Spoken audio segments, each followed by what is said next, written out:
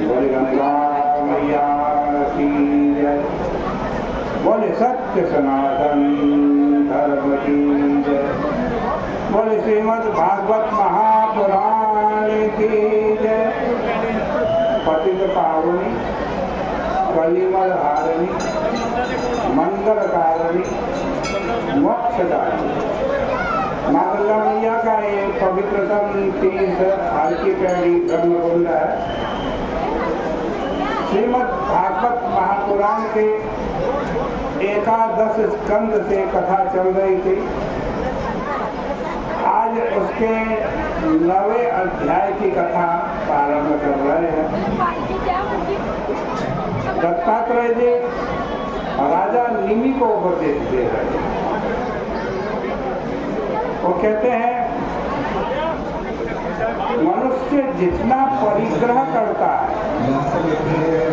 उतना ही उसे दुख होता है। जितना इकट्ठा करता है ना उतना दुख होता है। और जितना अकिंचन रहता है जितनी कम वस्तु रखता है उतना वो सुखी होता है। और कह रहे ये बात मैंने कुर्रर पक्षी से सीखी। तो कुर्रर पक्षी होता है ना वो अपने मुख में मांस का टुकड़ा लेकर के उड़ रहा है मांस पर। और दूसरे बलवान पक्षी उस मांस के टुकड़े को छीनने के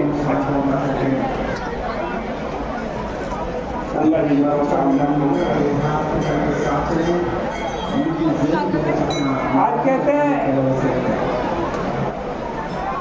उसके ऊपर झपट्टा मारते हैं,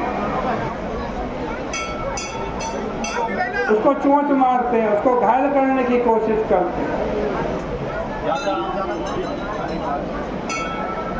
और जब वो उस मांस के टुकड़े को फेंक देता है तब सभी पक्षी उस कुर्रर पक्षी को छोड़ करके उस टुकड़े की ओर चले जाते हैं और कुर्रर पक्षी को आराम हो गया। तो भैया आप धन संपत्ति जितना अधिक इकट्ठा करोगे आपसे छीनने के लिए, आपको चोंच मारने के लिए, डंक मारने के लिए आज लोग आपके पीछे पड़े रहेंगे। और जब आप केवल बहुत कम संग्रह करेंगे, केवल जीवन निर्वाह के लिए संग्रह करेंगे तो कोई आपको परेशान नहीं करेगा। आगे दत्तात्रेय जी बता रहे हैं मैंने एक बालक से भी सीखा। तो जो छोटा बच्चा होता है ना बालक, उसको मान अपमान का ख्याल नहीं रहता। वो आपस में अपने साथियों से लड़ पड़ता है, मारपीट कर लेता है और रो पड़ता है। उसके माँ बाप तो दूसरे बालकों के माँ बाप से लड़कर हमेशा हमेशा के लिए उनसे पैर बांध लेते हैं। लेकिन वह बालक 5-10 मिनट बाद ही जिनसे लड़ा था उन्हीं के साथ खेलने लगता। विमुक्त बालक और गुणातीत पुरुष दोनों ही परमानंद से भरे रहते हैं। दत्तात्रेय जी कह रहे हैं राजन, एक कुमारी कन्या से ये मैंने सीखा। कुमारी कन्या क्या सीखा कि एक बार उसका वर्ण करने के लिए कुछ लोग उसके घर में आए। उस समय घर में वो बेचारी अकेली थी, चावल थे नहीं। उसने सोचा कि धान कूट करके चावल निकाल लो। लेकिन जब वो धान कूटने लगी तब उसने शंख की चूड़ियां पहन रखी थी, वो आवाज करने लगी खन खन।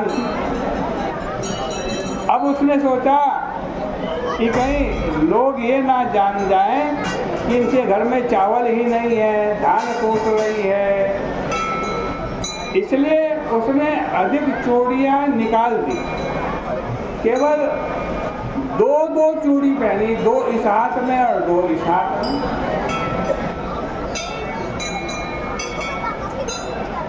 आज कहते हैं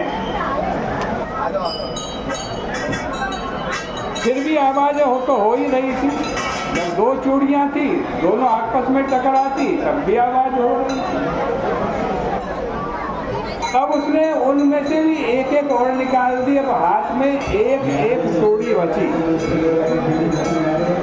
और जब कलाई में एक ही चूड़ी रह गई, तब आवाज़ बंद हो गई। दत्तात्रेय जी कह रहे थे, मैं वहीं बैठा हुआ था और सारा दृश्य देख रहा था।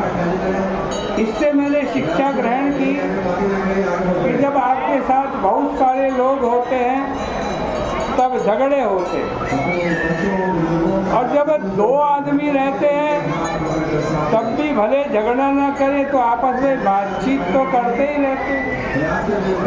इसलिए साधु को अकेला विचरना चाहिए। आगे कह रहे हैं दत्तात्रेय जी, मैंने बाण बनाने वाले लोहार से एक बात सीखी। वो क्या?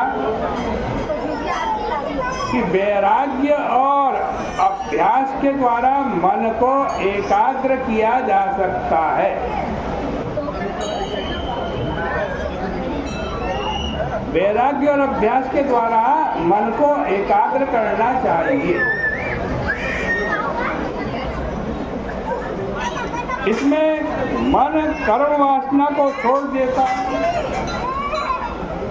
ध्येयाकारता को प्राप्त होता है, फिर बाहर भीतर का भेद मिट जाता है